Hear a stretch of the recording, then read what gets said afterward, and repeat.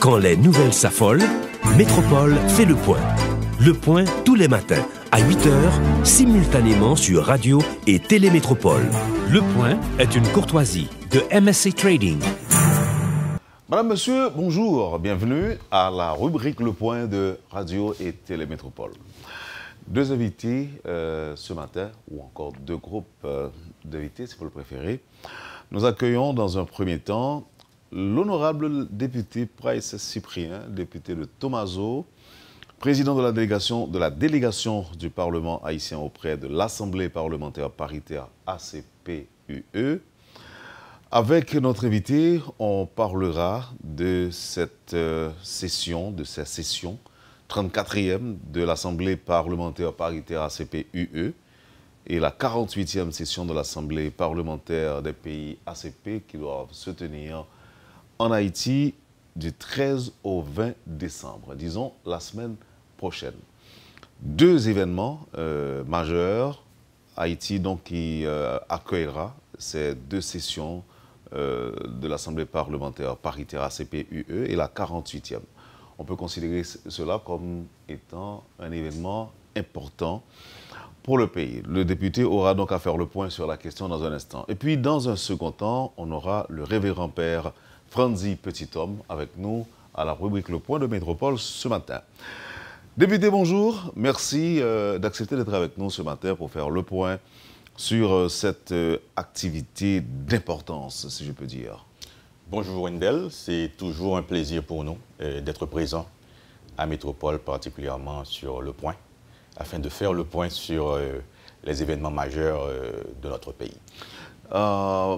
C'est pour la première fois qu'Haïti sera le siège de ces assemblées parlementaires? Bon, je pense qu'on peut considérer cet événement comme l'événement du siècle. Au début du XXIe siècle, Haïti va recevoir ce forum qu'on a l'habitude d'entendre et on a l'habitude d'y assister aussi à l'étranger, dans les autres pays.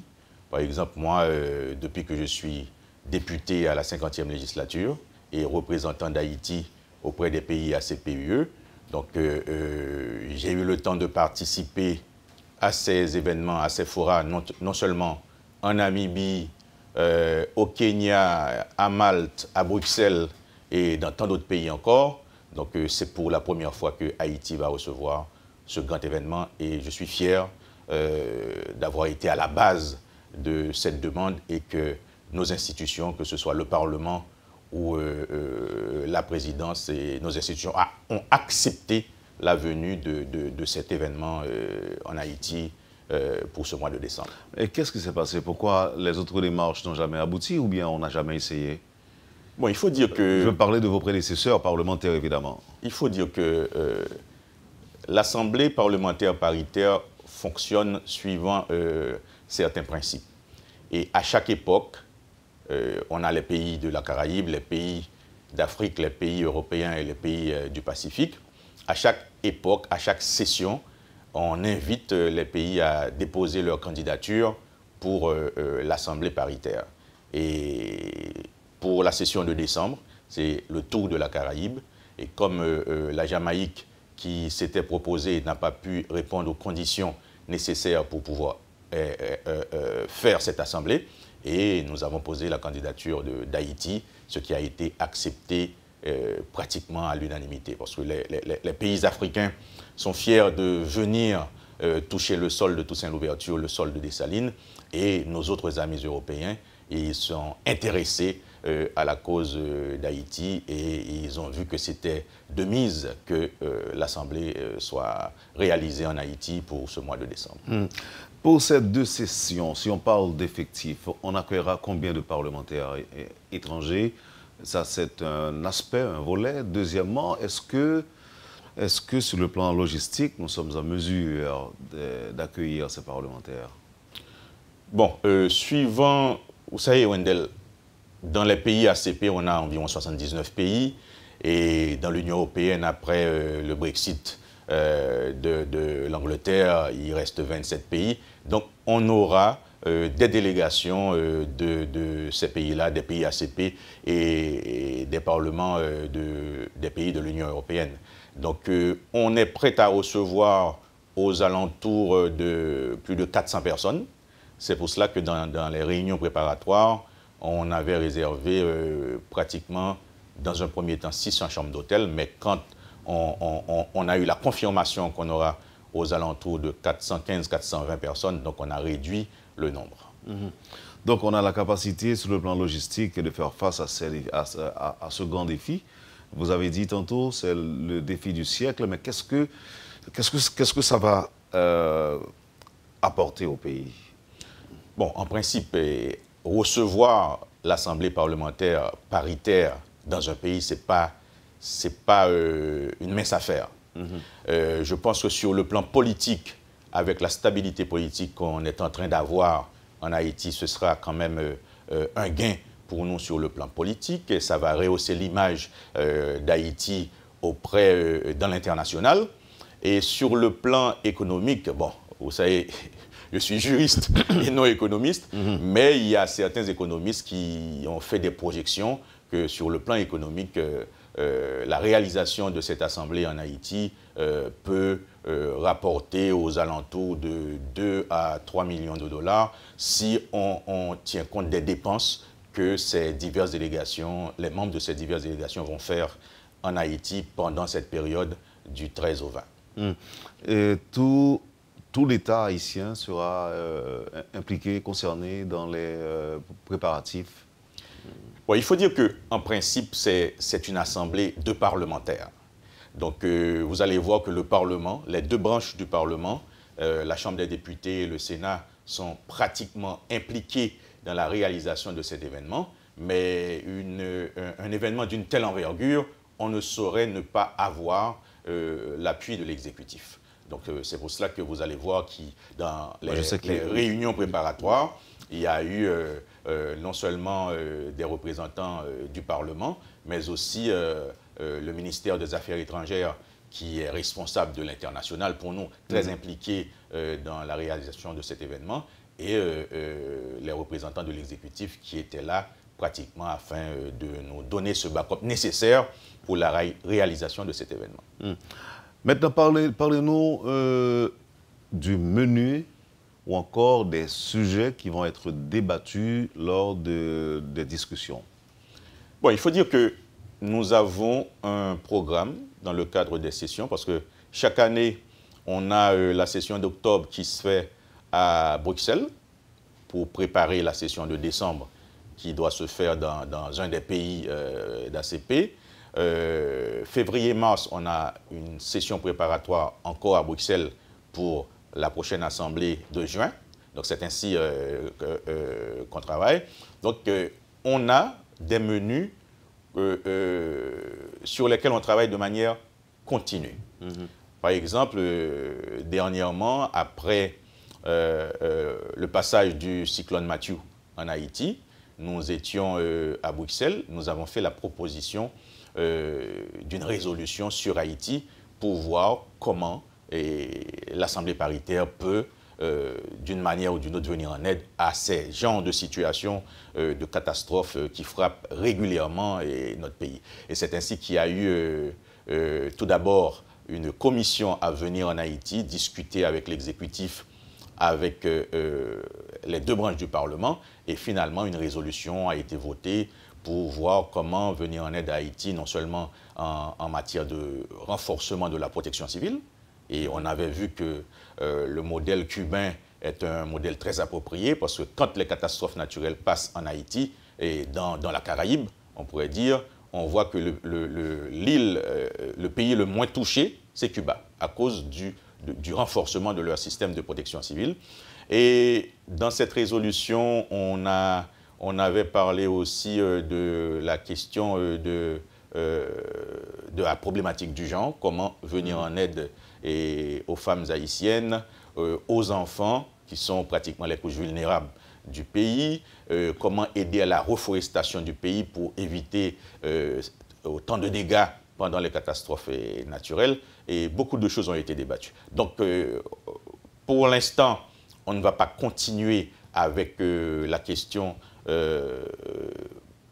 d'Haïti, mais il y a un volet sur le réchauffement climatique. N'oubliez pas qu'après les accords de Paris, la COP 21, on a déjà eu la COP 22 et la COP 23 sur la question du réchauffement climatique. On va débattre dans ces sessions-là du réchauffement climatique.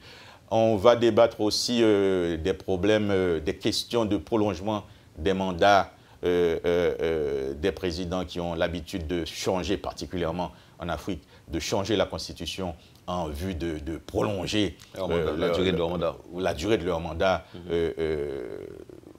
à la tête de l'État. On va discuter de la question qui est très à l'ordre du jour, la question de l'économie bleue, parce qu'on a constaté qu'avec les ressources aquatiques, on peut augmenter la capacité de certains pays, particulièrement les États insulaires. Donc, on va discuter de ces questions-là. Et on va voir aussi au niveau de la problématique de la santé, qu'est-ce qu'on peut faire dans les pays ACP pour rendre le système de santé de ces pays-là beaucoup plus compétitif. Beaucoup plus compétitif. Mais on aura sans doute la chance d'avoir avec nous, pendant cette session, le président centrafricain. On est encore en négociation pour voir est-ce que c'est un haut représentant de l'État qu'on va envoyer ou le président. Donc ça, on le saura la semaine prochaine. Est-ce que les sujets de grande préoccupation en Haïti seront aussi au centre des discussions? Effectivement. Effectivement. Avant-hier, dans les discussions avec mes collègues et au sein du Parlement haïtien, on a jugé bon de demander de mettre au menu la question du choléra. Vous savez que pendant la période de la MINUSTAH, le pays était frappé par l'épidémie du choléra. Et jusqu'à présent, d'après la résolution des Nations Unies, les victimes devraient être indemnisées par les Nations Unies et ça reste lettre morte. Donc ainsi, on a fait ajouter au menu la question du choléra qui sera aussi débattue dans le cadre de ces assises. Et on est en train de voir si on peut insérer aussi la question migratoire, vu que ça fait audience à travers le monde, particulièrement avec la situation de certains Africains qui se dirigent en Libye. Qui sont en Libye et pratiquement dans un état néo-esclavagiste. Ouais. Parce qu'on sait que l'esclavage est terminé depuis longtemps. Oui, bon, du néo-esclavagisme ou de l'esclavage tout court. Tout court, et ça revient au même. Bon, oui, ça revient au même parce que l'esclavage est un état de fait. Et nous savons Est-ce que Haïti, alors excusez-moi si je vous interromps, est-ce qu'Haïti pourra saisir, ou bien est-ce que Haïti ne devrait pas saisir cette opportunité pour envoyer des messages forts au monde entier à l'occasion de cette session?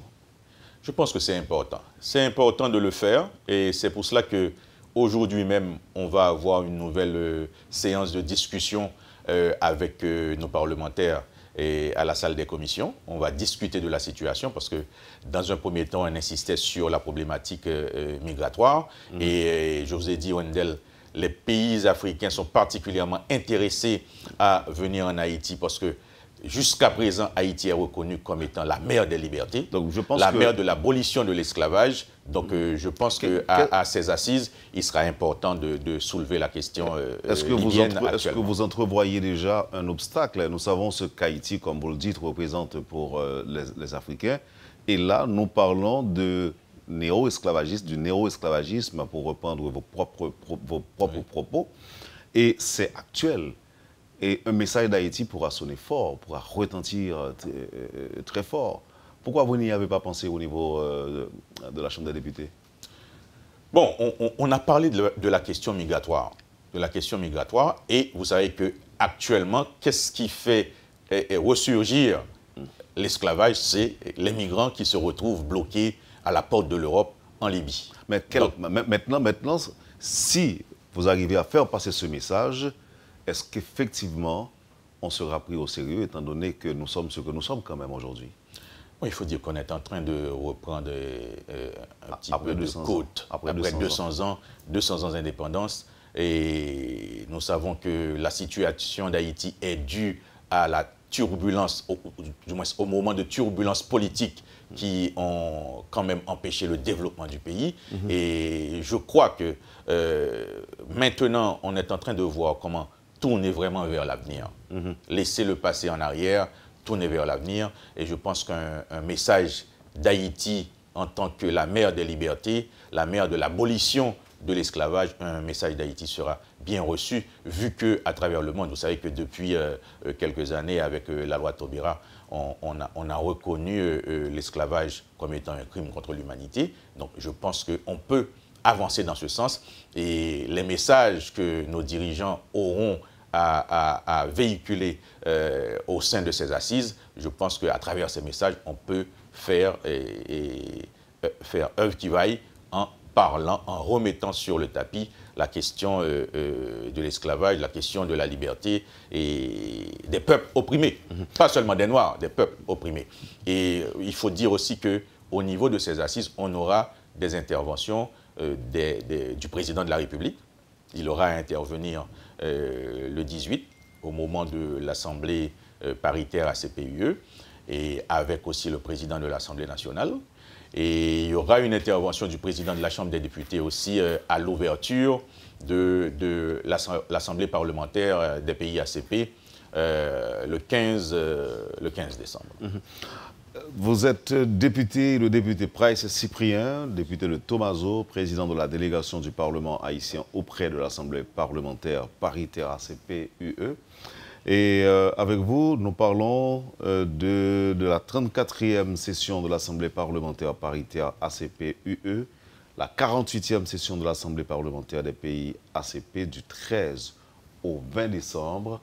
Ce sera en Haïti, chez nous. Résultat d'un certain nombre de démarches que vous avez entreprises et qui ont accouché de cette activité ici en Haïti. Vos collègues comprennent-ils l'importance de cette activité? Bon, il faut dire qu'avec la 50e législature, on est en train de rompre avec certaines pratiques antérieures.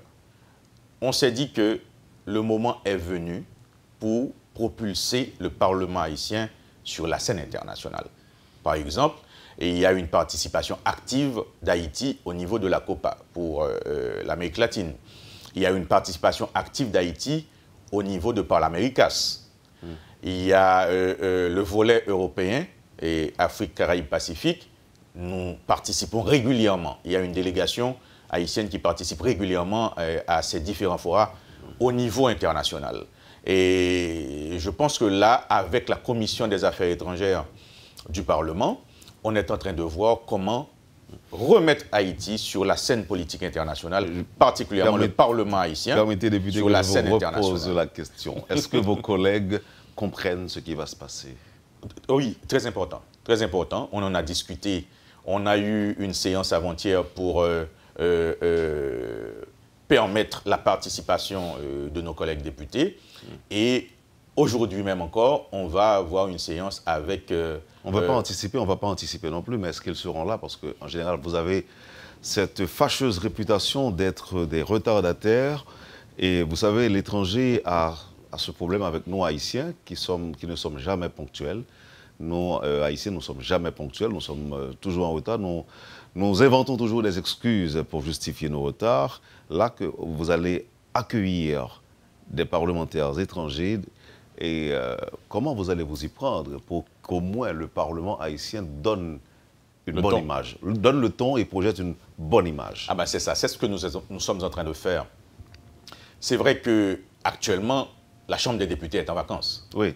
La Chambre des députés est en vacances. Même quand vous n'êtes pas en vacances, vous arrivez toujours en retard aux séances importantes, aux différentes séances. C'est une occasion à ne pas rater. C'est une occasion à ne pas rater.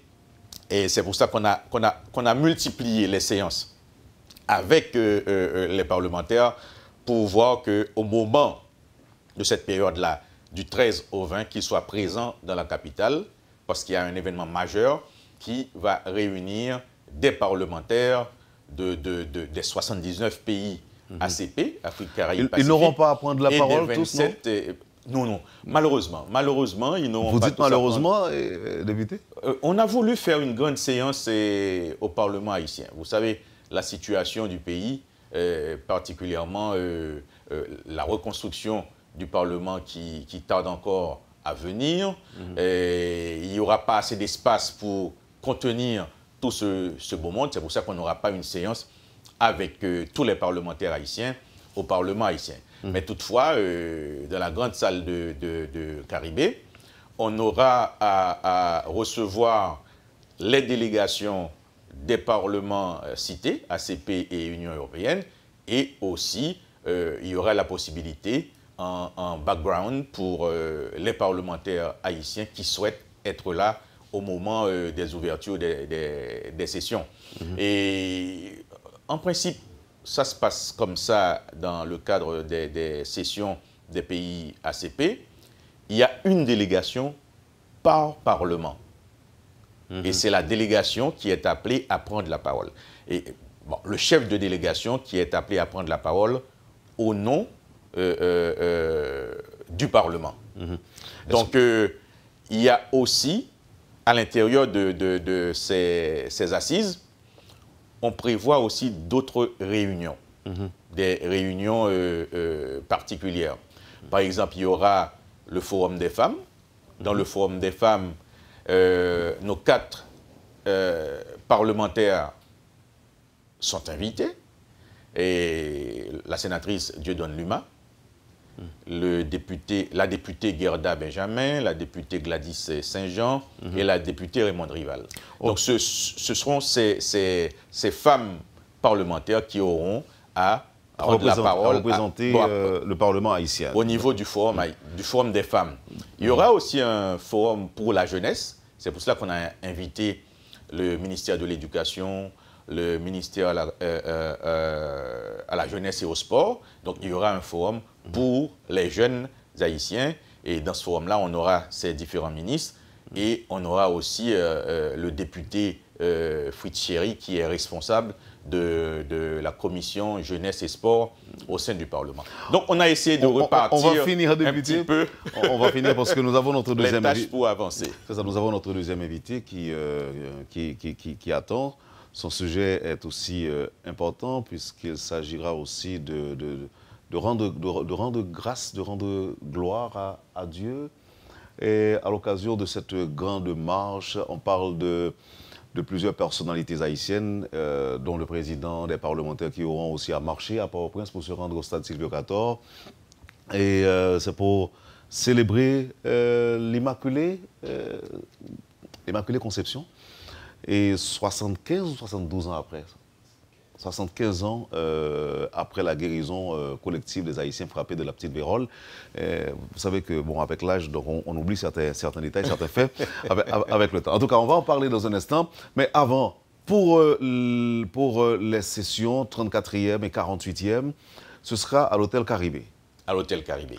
Est-ce que les rues de Port-au-Prince seront propres? Est-ce que les mairies sont concernées? Est-ce que SMCRS est au courant qu'on va accueillir environ 500 personnalités internationales et qui auront à passer environ une semaine ici en Haïti? Est-ce que ces structures de l'État sont au courant? Il faut dire que l'activité sera concentrée sur Pétionville. Donc, ceci dit, le maire Dominique Saint-Roch est au courant. En ce sens qu'on aura 5 hôtels à Pétionville. Il y aura le Caribé, il y aura El Rancho, il y aura Oasis, et Kinam et Best Western. Donc, ce sont ces hôtels-là qu'on a déjà visités, qu'on a choisis pour recevoir les différentes délégations. Donc il y a eu des réunions avec le ministère du Tourisme, avec le ministère de la Culture, avec les représentants de SMCRS, les représentants des mairies pour permettre, et la police bien sûr, pour assurer la sécurité, et que ce soit au niveau de la PNH ou de la police parlementaire, donc pour que cet événement soit vraiment une réussite en Haïti. Donc tout a été mis en branle pour permettre la réalisation de cet événement qu'on considère comme l'événement du siècle. Bonne chance, député. Merci, merci. Et non, c'est de tout cœur. Oui, je sais. Que mon frère nous souhaite bonne chance de tout cœur. C'est ça. Et nous savons que on a mis les bouchées doubles, on a fait la mise en place d'une structure pouvant recevoir valablement cet événement en Haïti. Merci encore une fois. Donc, du 13 au 20 décembre, 34e session de l'Assemblée parlementaire paritaire ACP-UE et 48e session de l'Assemblée parlementaire des pays ACP. C'était avec nous, madame, monsieur, le député Price Cyprien, député de Tomazo et président de la délégation du Parlement haïtien auprès de l'Assemblée parlementaire paritaire ACP-UE. Merci, madame, monsieur, d'avoir suivi cette première partie de la rubrique Le Point avec le député. C'est le moment d'accueillir le révérend père Franzi Petit-Homme, mais ce sera tout de suite après la pause. Merci encore, député. Merci. À tout de suite. Le Point est une courtoisie de MSC Trading. Merci, madame, monsieur, de votre patience et de l'intérêt. C'est le moment d'accueillir le révérend père Franzi Petit-Homme pour parler de cet événement qui s'annonce. Et ce sera demain.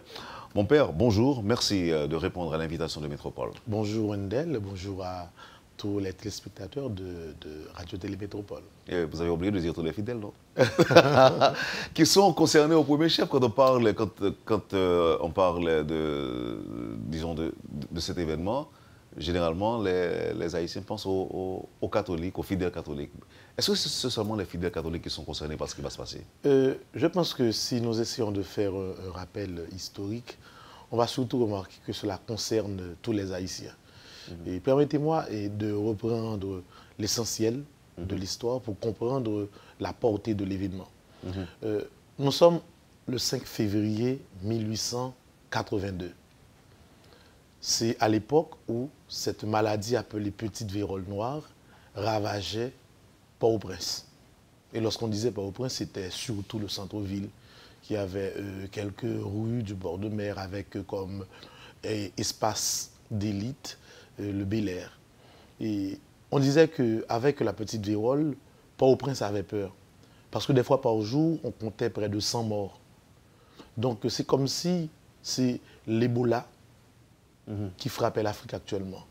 Donc une peur générale. Et on ne savait plus quoi faire. Les personnes catholiques étaient malades et mouraient. Les vaudouisants également, les protestants, c'est toute la population qui était frappée par cette épidémie. On ne savait plus quoi faire.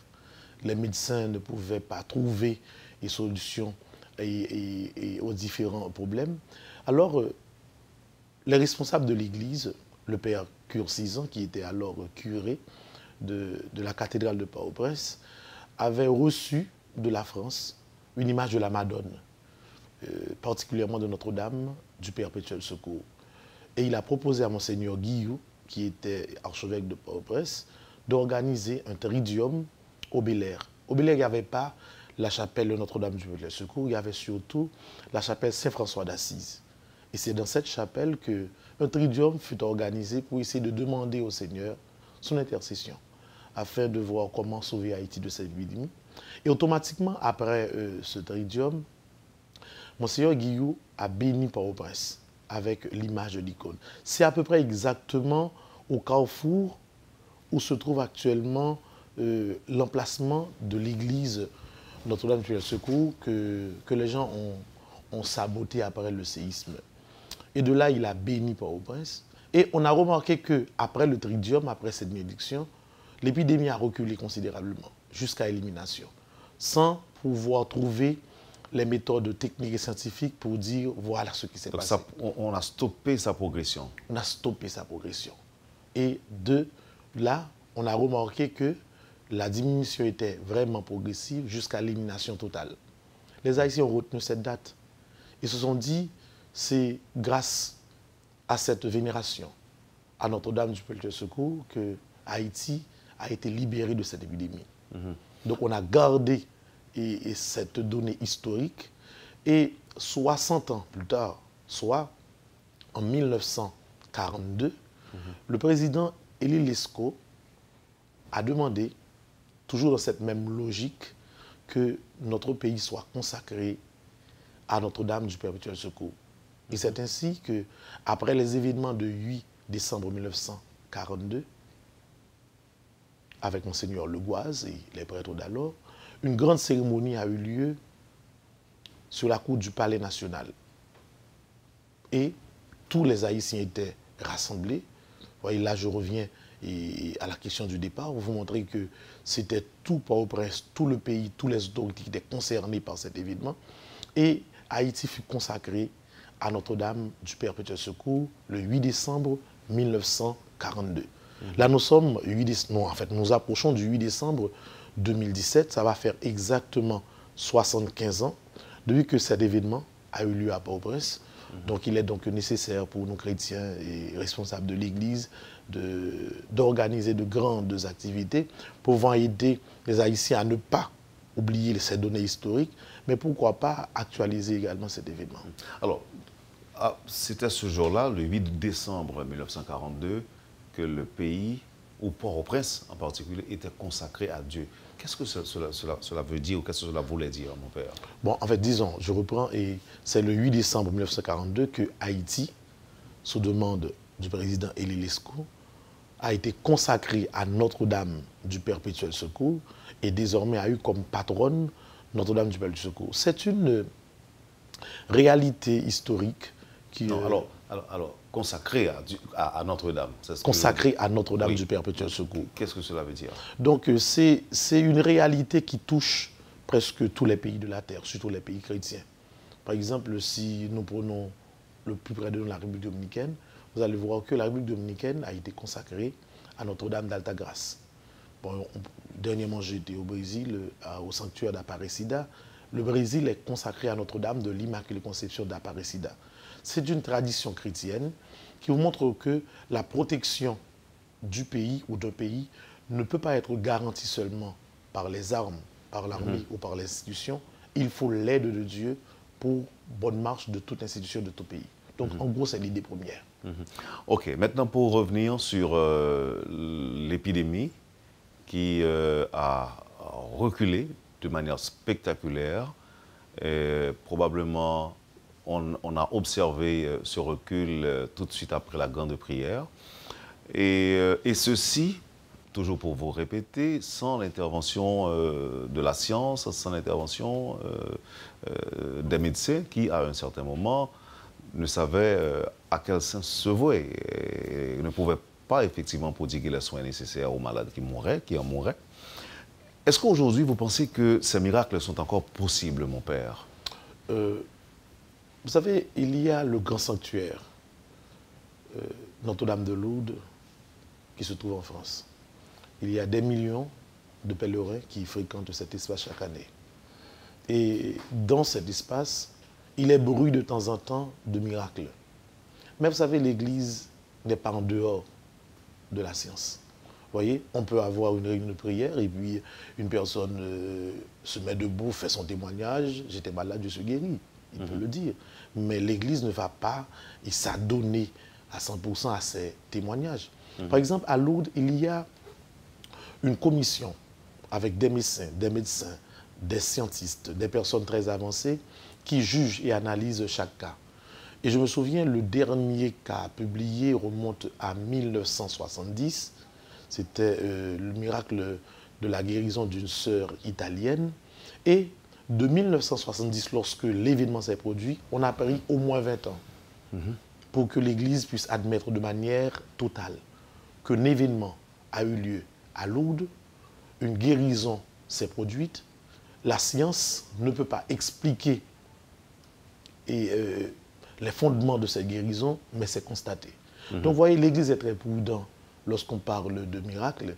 Et si, par exemple, l'Église dans l'ensemble a pu admettre que quelque chose de drôle, vous voyez, entre guillemets, drôle s'est produit sans trop grande explication, jusqu'à penser à un miracle, nous avons premièrement utilisé la prudence avant de l'avancer, et ensuite vérifier tous les paramètres avant de parler de ce grand événement que nous, chrétiens catholiques, nous appelons miracle. Ce 8 décembre, justement, on va commémorer, on va célébrer. Oui. Et en détail, qu'est-ce qui va se passer?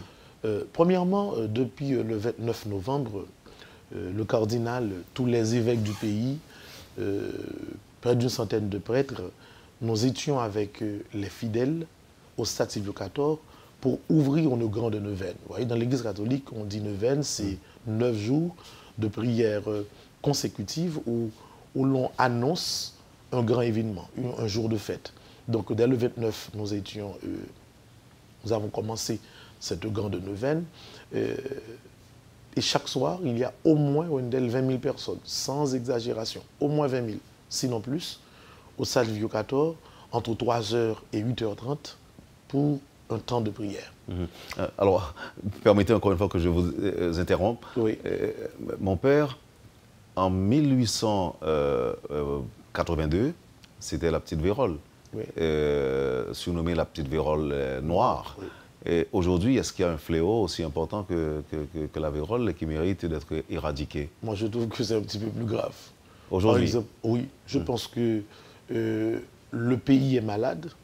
Ce n'est pas une maladie comme la petite vérole, mais lorsqu'on parle, par exemple, en Haïti maintenant de corruption, c'est plus grave que la petite vérole. Donc, est-ce que la corruption va être au centre de vos prières demain? Les maladies qui ravagent Haïti seront au centre de nos prières. Et lorsqu'on dit maladie, nous ne voyons pas seulement la corruption. Il nous faut penser également, par exemple, nous sommes dans un pays où il n'y a presque pas d'hôpital vraiment fonctionnel.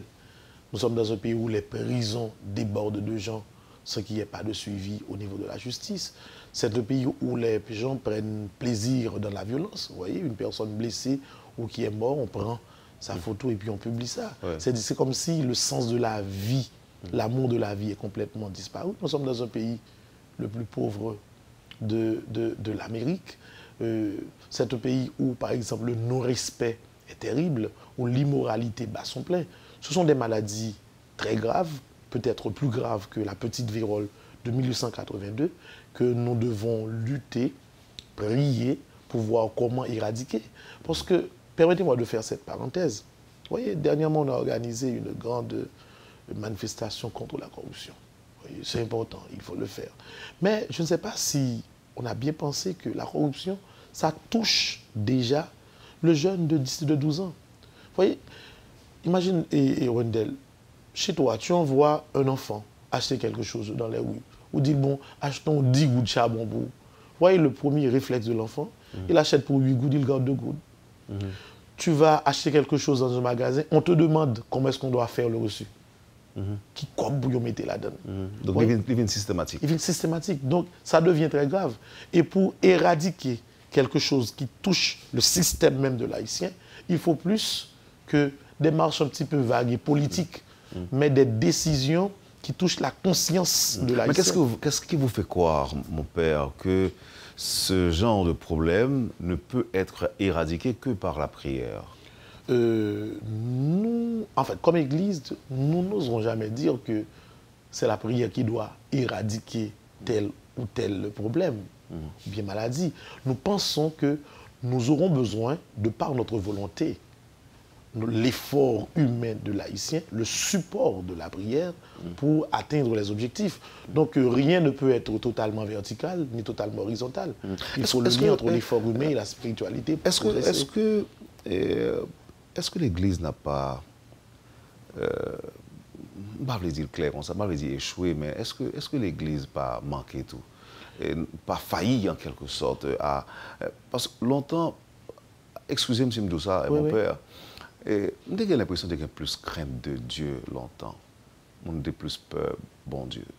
Si il n'est pas même genre aujourd'hui, est-ce que l'Église pas qu'on parle de responsabilité là-dedans? Alors nous parlons tourner sur différents aspects qui ont marqué journée de Marie, mais moi interpellé par cet aspect, par exemple la crainte de Dieu et aime ton prochain comme toi-même, ça n'existe plus en Haïti aujourd'hui.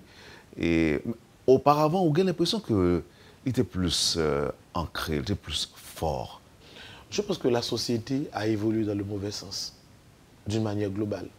Et je n'ose pas accuser l'Église d'un certain laxisme, bien que ça arrive des fois que le silence de l'Église est un petit peu trop long. Ça arrive des fois que certaines déclarations ne touchent pas vraiment la matrice des problèmes. Mais je pense que c'est toute la société qui est malade et qui a failli à sa mission. Et ceci les parents d'abord, je pense que la famille d'abord. Les familles sont un petit peu mal organisées. Je pense également que les écoles avaient une part de responsabilité qui n'a pas été respectée. Je pense également qu'au niveau des grandes institutions, maintenant imaginez-vous, on ne peut ne pas considérer la presse comme une institution forte pouvant dire mots. Mais qui a failli aussi. Bon, voyez le mot, je pense que c'est un petit peu trop fort. Non, mais je pense que nous pouvons nous relever. Il suffit que, tout comme vous et nous puissions prendre conscience, pourquoi pas aujourd'hui même, de certaines réalités. Et laissez-moi partager corriger les erreurs. Un vécu avec vous, mon père. Oui. Et là, peut-être que vous allez soit me donner raison, ou dire si j'ai tort, en pensant que toutes les couches de la société ont failli à leur mission. Quand on était petit, on était gosse, on devait se rendre à l'école. L'une des préoccupations de l'élève que nous étions, c'était par exemple de pouvoir retenir toutes les leçons étudiées, apprises chez nous. C'était ça. Et chemin faisant, on s'arrange de manière à se souvenir de tout ce que l'on a appris ou retenu. Aujourd'hui, faites l'observation, la jeune fille qui va à l'école ne se contente de se faire photographier pour poster. Oui. C'est la chose que l'on remarque, que l'on observe. Oui. L'école, ou encore dire sa leçon en face du professeur, n'est plus un souci, n'est plus une préoccupation pour certains élèves ou bien pour certaines élèves. Des jeunes filles se plaisent à se photographier, à se faire ce qu'on appelle le langage moderne selfie. C'est selfie qui met la mieux à faire dans toute route avant d'arriver à l'école. Donc, ces problèmes-là existent, mais qui est-ce qui va dire non? Voilà comment une société doit fonctionner. C'est toute la société. C'est toute la société parce que l'Église doit prendre ses responsabilités. Les familles, pères et mères, doivent également assumer leurs responsabilités. Et je pense que la presse peut faire un travail extraordinaire. Vous voyez, imaginez-vous, Wendell, par exemple, on pouvait avoir au niveau de certains médias, au niveau des émissions les plus regardées comme Le Point, des spots publicitaires qui parlent de la moralité. Et imaginez-vous, oui, mais c'est pas quand vous avez 40 chaînes de télé, 60 chaînes de télé, et 80 stations de radio. Et si on se mettait ensemble pour le faire? Vous voyez l'impact? Ça aurait beaucoup plus d'impact que 10 000 personnes dans la rue. Mon père, pour le faire, il faut que l'intérêt soit commun, il faut que tout le monde ait le même intérêt. Wendell, je te pose une question. Pourquoi l'intérêt n'est pas commun d'après toi? Parce que justement, chaque personne a son intérêt particulier. Je pense que nous devons faire l'effort pour essayer d'être ensemble. Et c'est ce que nous cherchons. Le fait d'organiser cette grande procession et essayer de voir si tout le monde peut être ensemble, ce n'est pas nécessaire que nous croyons tous comme les catholiques en l'intercession de la Vierge Marie. Mais nous avons cette capacité d'être ensemble, de prendre conscience de certaines réalités et faire autre ensemble. Donc là, nous pensons que les institutions, que ce soit l'État et autres, et les journalistes, et nous, Église protestante et catholique, nous devons essayer de voir ce que nous pouvons faire ensemble pour sauver Haïti. Oui, mais comment provoquer ce sursaut ou encore cet éveil de conscience, mon père? Nous essayons autant que faire se peut et de poser les jalons. Vous voyez cette marche... C'est pas irréversible, il n'est pas trop tard. Non, il n'est jamais trop tard et Wendell, pour commencer les bonnes choses. Vous voyez, et je pense que, en fait, vu notre optimisme en tant qu'homme, qu'il est toujours temps de limiter l'hémorragie, de bloquer l'hémorragie et de nous relancer. La marche. La marche. D'abord, le 8 décembre, à 2 h de l'après-midi, les fidèles vont se rassembler au Bel-Air, à Notre-Dame du Perpétuel Secours. Une petite parenthèse, vous voyez, dans tous les pays où il y a des sanctuaires, les zones possédant les sanctuaires sont toujours des zones très riches, excepté en Haïti.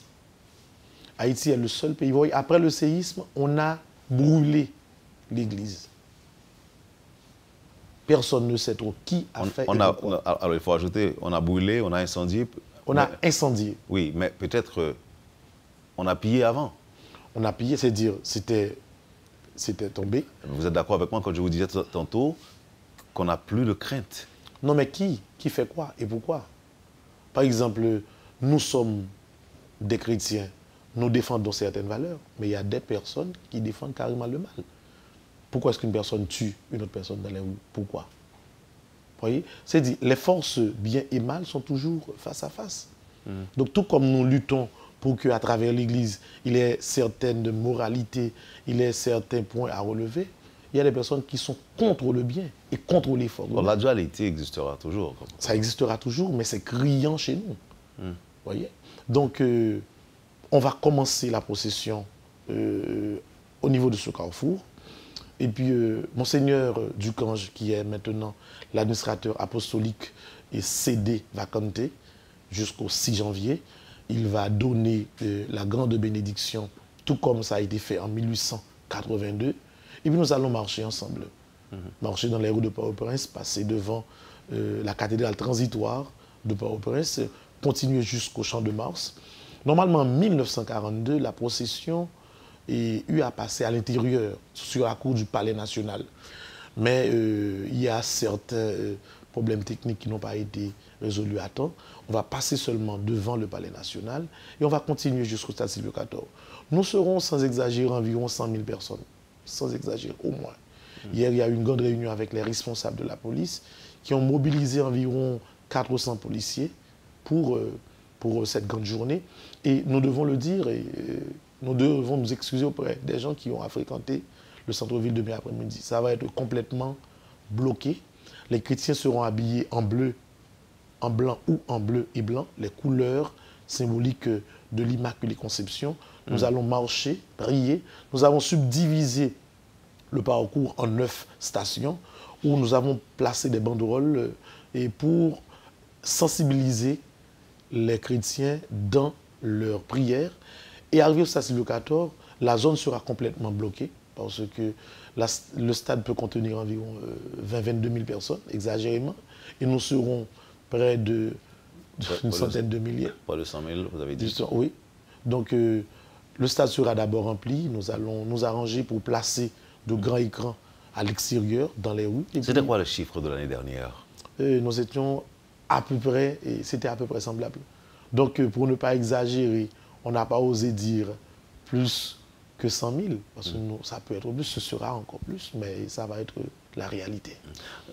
J'ai appris que vous attendez des personnalités importantes, dont le président et le Premier ministre dans la majorité. Vous pensez qu'ils auront le temps de venir marcher avec vous? Nous avons fait notre devoir. Vous leur avez adressé une correspondance pour les inviter justement à venir...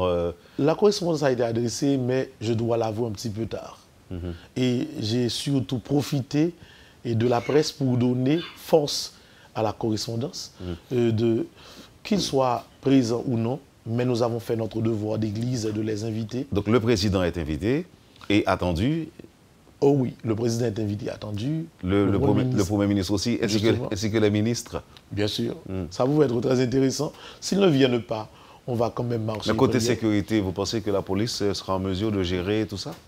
Normalement, la police environ marche. 100 000 personnes. Le problème se pose, et Wendell a arrivé au stade. Parce qu'il y a comme une folie pour tous les chrétiens de rentrer à l'intérieur du stade pour vivre la célébration sur place. Là, c'est à ce niveau que nous profitons encore de l'espace pour demander aux chrétiens catholiques qui n'auront pas la possibilité de rentrer au stade, qu'ils peuvent s'asseoir même dans la rue. Parce que les écrans seront placés, la zone sera très sécurisée pour pouvoir vivre ensemble ce grand événement, peut-être le plus grand rassemblement, de manière pacifique, qui se fera. Une vraie démonstration pacifique. Une vraie démonstration. Suivez mon regard. Ah oui. Merci mon père, c'est un plaisir de vous avoir avec nous. J'espère que tout le monde, tous ceux et toutes celles qui se sentent concernés auront donc à effectuer le déplacement. Alors, j'ai dit tous ceux et toutes celles, je sais qu'il y a des gens qui ne se sentent pas concernés par ce qui se passe dans le pays. Donc c'est pourquoi j'espère que ces gens-là auront à effectuer le déplacement pour venir faire corps ou encore manifester leur solidarité avec l'Église catholique. Bon, en fait, nous souhaitons que Radio Télé Métropole se sente concernée ils sont avec nous. C'est pourquoi vous êtes là, mon père. Sinon, pour ce grand événement. Merci. D'accord. Alors, on fait rapidement le rappel. Oui. C'est à partir de 2h. À partir de 2h, on commence. Demain vendredi. Demain vendredi, 2h, on commence au Bel-Air, devant l'église perpétuelle. Et on prend la route jusqu'au stade de Silvio XIV. Nous arrivons au stade vers 4h30.